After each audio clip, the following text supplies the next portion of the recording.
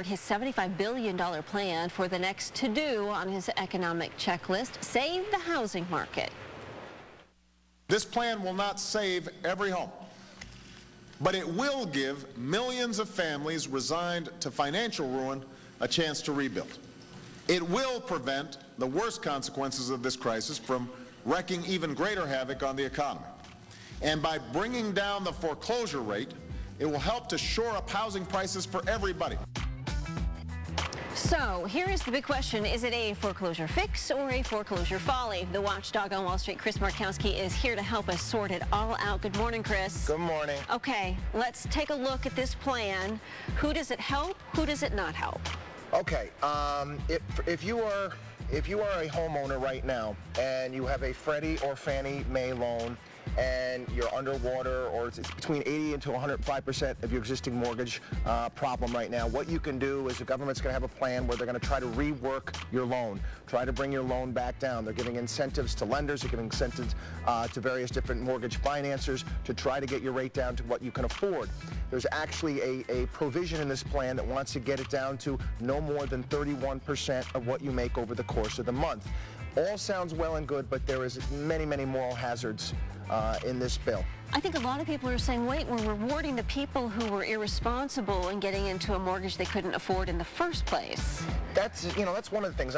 We here in America, we're the most generous people on the planet, and we always want to help everyone out. But we all know that many people went out there when they went out to get their last home mortgage, went out, lied on the statement there when they tried to get the loan. What's going to make them say, okay, they're going to, basically say lie to get it down to 31%. There's many, many problems here. Not to mention the fact that when you get the government involved in reworking loans, what does that mean for new home buyers that haven't gotten themselves into the problem? It's not helping them out. Why don't we target instead going after them and helping them to go out and buy, give them incentive to go out and buy a new home to clear up some of this inventory? I'm a big believer in, there's so much out there. There's so many homes out there. There's too many. Why not invest in bulldozers and start knocking some of these things down? It'd be a much better thing that, get rid of the inventory. It's simple supply and demand problems we have right now. We don't have armies of homeless people in the streets. Well, and you mentioned that people were irresponsible in getting into loans in the first place. The bank should harbor some of that responsibility too. Now, Absolutely. Is this a voluntary program for all banks? No. What this is going to be dealing with Freddie and Fannie Mae loans. For homeowners that went out and got jumbo loans, that got the huge mansions and everything like that, you're not going to even be included in this because it's outside that realm, outside the whole jumbo loan thing. So this is just for Fannie and Freddie loans that they're guaranteed by those. Chris, thank you so much. Chris is going to join us all morning long. He's going to step in some of the hot topics as well. Stay with us. We are back in just a moment. Obama delivered his $75 billion plan for the next to-do on his economic checklist, save the housing market. This plan will not save every home, but it will give millions of families resigned to financial ruin a chance to rebuild.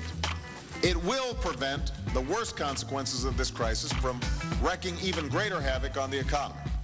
And by bringing down the foreclosure rate, it will help to shore up housing prices for everybody.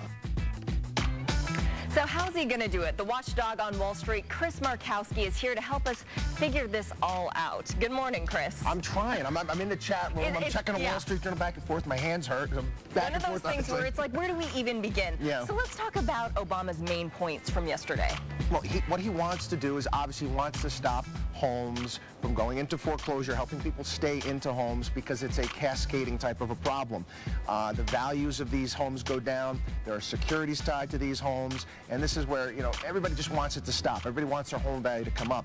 And a lot of it comes down to the fact that we've gotten into this point in time here in this country where we almost tie our own net worths into our homes. Yep. And it is my belief, and we've talked about this here on the program, you need to eat every single day, right? It's a necessity of life. All right, yes. You watch these programs on TV where these guys are stuck in the middle of the jungle somewhere. They have to create shelter for themselves. You need a house. If you think of your home as a bill, whether you be renting or whether you own, not worry about what it's worth at any point in time, you'll be fine, which obviously you're going to be looking toward affordability, not what you're going to be able to sell it for a couple years down the road. Now, you're from one of the hottest real estate markets in the corner. Yes. And down here as well, Southwest Florida, where I'm from.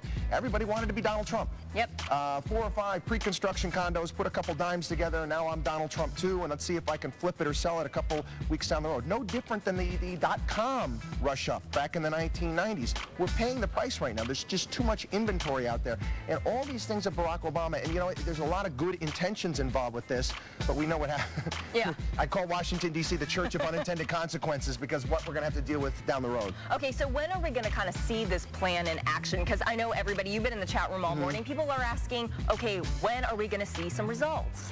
Well, you can right now. I mean, banks, the problem right now is that a lot of banks, they have to actually locate where your mortgage is. They do not want to foreclose on your home. They'd much rather you have, you know, you paying them a bill for a long period of time.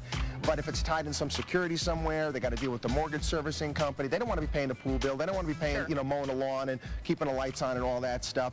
March. Sheila Bair just came out this morning. She said they're going to start seeing the effects this in March. All morning long, we've been talking all things financial with our money guy, Mr. Chris Markowski. And the Watchdog on Wall Street is back to answer some of your questions. Welcome back. You've been busy in the chat room this morning. Yeah, great stuff in there today, talking about all sorts of stuff in regards to housing. I think I even got a little bit of attention away from Holly today, which is next to impossible. One of the hardest things to do. Yeah, she's a hot member of the chat room, that's for sure. Here's an email from Carol. She writes, and I was wondering if the people are going to get a stimulus check too. I'm disabled and sure could use a little extra money. This is in connection, I'm assuming, with the $75 billion mortgage plan. If you make less than $75,000 a year and you are single, it's $400. It's going to be coming in your checks.